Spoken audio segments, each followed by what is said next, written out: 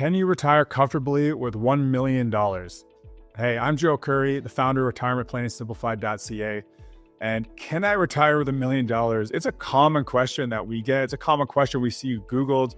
So probably one of the most common questions actually when it comes to retirement planning. So on our podcast, Your Retirement Planning Simplified, and on the channel here, we've talked in the past about answering this question. And really the conclusion we come to is that, well, it really depends, because your situation is different than every other situation we look at, right? And so depending on your needs and your goals, it may or may not work. Now, today we're going to look at it a little bit differently though. We're going to say, what does it look like if I have $1 million and want to retire? So this way you get a bit of a sense of whether $1 million is enough for you. So one thing I want to point out is that, as I just mentioned, every scenario is different. There are different retirement income styles, and depending on how you set up your investments and the other products you're using to help you reach your goals, your comfort level, legacy goals, all these different things can affect whether your retirement you'll be able to spend what I'm going to show you here today. But again, this is going to give you a bit of an idea of what $1 million could do for you. And so what I've done today is I have created a fictional couple, Joe and Jane client. Joe, of course, being my favorite name, so I got that in there. And basically what we have done is we created this couple. They're both 65 years old and retiring now. They both have $500,000 in their retirement savings. It's all in RRSPs. So no tax savings accounts, no non-registered accounts. It's all in RRSPs. We've used the FP, or Financial Planning Canada, assumptions for rates of return and inflation. We've given a runway for them to live to age 100, which I know seems like a long time, but people are living longer and longer all the time. So we want to make sure we have been conservatively planning for their retirement time horizon. In this scenario, we've built a portfolio, which we would say is set up for a kind of a total return type portfolio. And we have $300,000 to start, or 30%, and what we consider a defense bucket, which is low risk, more stable investments. And then we have 70% or $700,000 starting in a growth or offense bucket, which would be kind of moderate risk, globally diversified companies. So again, this is just one way of doing things. Your way might be different, and it might include other products like annuities or other things like that. So the idea behind this portfolio is really we're trying to balance that stability for that short-term spending and short-term withdrawals. And then we're also thinking about the fact that this could be a 35-year retirement, and we want to make sure that the portfolio is continuing to grow and stay ahead of inflation. Now, they do own a home, but in this scenario, we're not looking at them as using that for the initial spending, so the initial ability to spend that I'm going to discuss. But I will come back to that and touch on it later on in the video. So a few considerations. Again, I just want to point out, and I know I already did this, but it's important, is your situation is different, and this is just one way of looking at it, okay?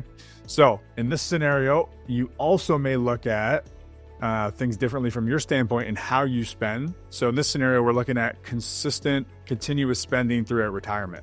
But you might say, Joe, you know what? I'm going to spend more money early in retirement in our kind of go-go years. And then later on, you might be looking at slowing that spending down in what we call the slow-go years. And then later on in the no-go years, you might expect to have a lot lower spending. So that's definitely something you can build into your plan. But in this scenario, again, we're just showing what does continuous inflation-adjusted spending look like. Now, there is a caveat to that, because we're planning on using a dynamic withdrawal strategy. So the last thing to consider here is that they do have more than just their portfolio for their income needs. They have Canada Pension Plan and Old Age Security. So both of them have lived in Canada their entire life, so they're going to get the maximum Old Age Security. And between the two of them at age 65, we're expecting they're going to have $20,000 of household Canada Pension Plan income. Okay, so with all of those details in mind, we're going to jump into the findings for Joe and Jane client. Now, they should be able to maintain approximately $75,000 of after-tax spending throughout retirement, again, given all the details I've just shared with you. And there's an opportunity for them to actually stretch that spending to $80,000 a year if they're willing to delay their CPP and old age security. So I can already hear some of you thinking into your head or saying out loud, hey, Joe, they should just be taking that money now because they're going to spend more money early in retirement. So I just want to be clear here. I'm not saying that they can't or they need to spend less money early in retirement by delaying. What I'm saying is that they're just going to take more money out of their RSPs in this scenario, which are probably going to turn into risks, by the way, but that's a different topic. So they're going to take more money from those retirement accounts today, and then they're going to have a higher income from Canada Pension Plan and old age security starting at age 70. Okay. So there's definitely scenarios where that doesn't make sense. There's preferences that come into play here. And we've done other videos on Canada Pension Plan and the timing of that at Retirement Planning Simplified. So if you want to check that out for a more in-depth consideration, then I would invite you to do so. So in this scenario, again, just to kind of recap, $75,000 of continuous spending through retirement, 80% or $80,000 of continuous spending through retirement if they're willing to delay old age security and CPP. And of course, this is also assuming that they both live to age 100, right? So there would be some differences in specifically old age security and to an extent, possibly in Canada Pension Plan as well, if one of them were to pass away early. Now, is it likely that things are going to play out so they can take exactly 75 or exactly 75,000 or $80,000 of income through retirement? Not likely, right? Things are going to go better or worse than we're expecting. And so considering those risks, there's a couple things here. One, I already talked about dynamic withdrawals. So that's going to help keep the changes in spending in line by making small adjustments along the way, rather than finding that things were way better than we expected and we never spent more, or the flip side, things got real bad real quick and we didn't adjust and now we're at a point where we just can't spend what we thought we were going to. So dynamic withdrawals are definitely helpful there. And the other thing I said I would come back to this is the home equity. So this couple, they own their home outright when they retire. And now we can think of that home equity as a insurance policy. So it's an insurance policy against really bad markets, or what we call sequence of returns.